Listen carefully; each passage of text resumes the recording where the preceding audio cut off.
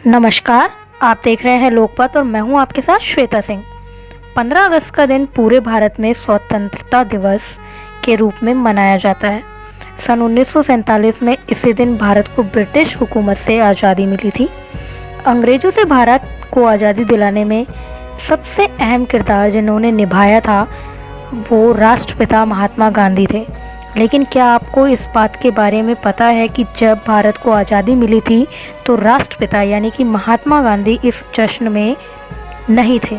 जी हाँ, उस वक्त राष्ट्रपिता महात्मा गांधी दिल्ली से हजारों किलोमीटर दूर बंगाल के नोआखली में थे, जहाँ वे हिंदुओं और मुस्लिमों के बीच हो रही सांप्रदायिक हिंसा को रोकने के लिए अनशन कर रहे थे। आज़ादी की सालगिरह पर इस बार हम आपको बताएंगे कुछ अनजाने और अनकहे और अनसुने किस्से। आज़ादी की निश्चित तिथि से 2 सप्ताह पहले ही गांधी जी ने दिल्ली को छोड़ दिया था।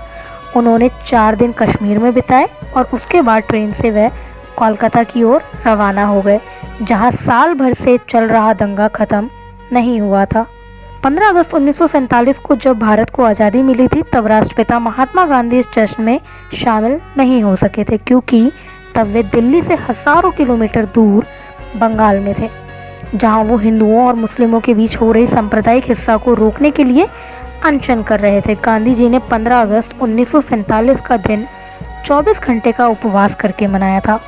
उस वक्त देश को आज़ादी तो मिली थी, लेकिन इसके साथ ही मुल्क का बंटवारा भी हो गया था। पिछले कुछ महीनों से देश में लगातार हिंदू और मुस्लिमों के बीच दंगे हो रहे थे। इस अशांत माहौल से गांधी जी काफ़ी दुखी थे। 14 अगस्त की मध्य रात्रि को जवाहरलाल नेहरू ने अपना ऐतिहासिक भाषण ट्रिस्ट विद डेस्टिनी दिया था। इस भाषण को पूरी दुनिया ने सुना था, लेकिन महात्मा गांधी ने इसे नहीं सुना, क्योंकि उस दिन वे जल्दी सोने चले गए थे।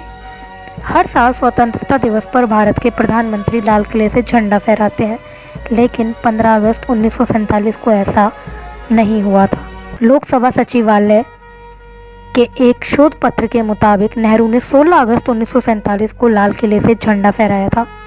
भारतीय डाक विभाग द्वारा कई डाक संग्रहण प्रतियोगिताओं में निर्णायक की भूमिका अदा कर चुके कोलकाता निवासी शेखर चक्रवर्ती ने अपने संस्मरणों फ्लैग्स एंड स्टैम्प्स में लिखा है कि 15 अगस्त 1947 के दिन वायसराय लॉर्ड्स जब राष्ट्रपति भवन में जब नई सरकार को शपथ दिलाई जा रही थी तो लॉर्ड के सेंट्रल डोम पर सुबह 10:30 बजे आज़ाद भारत का राष्ट्रीय ध्वज पहली बार फहराया गया था।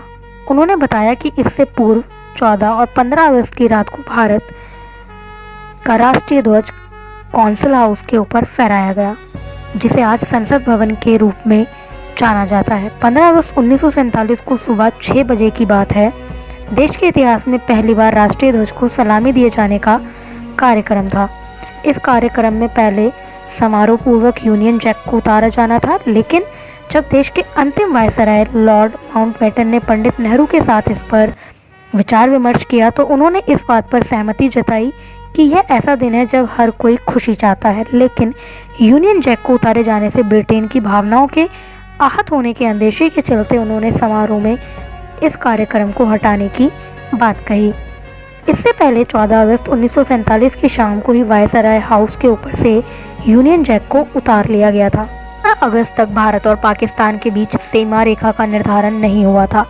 इसका फैसला 17 अगस्त को रेड क्लिफ लाइन की घोषणा से हुआ, जो कि भारत और पाकिस्तान की सीमाओं को निर्धारित करती थी।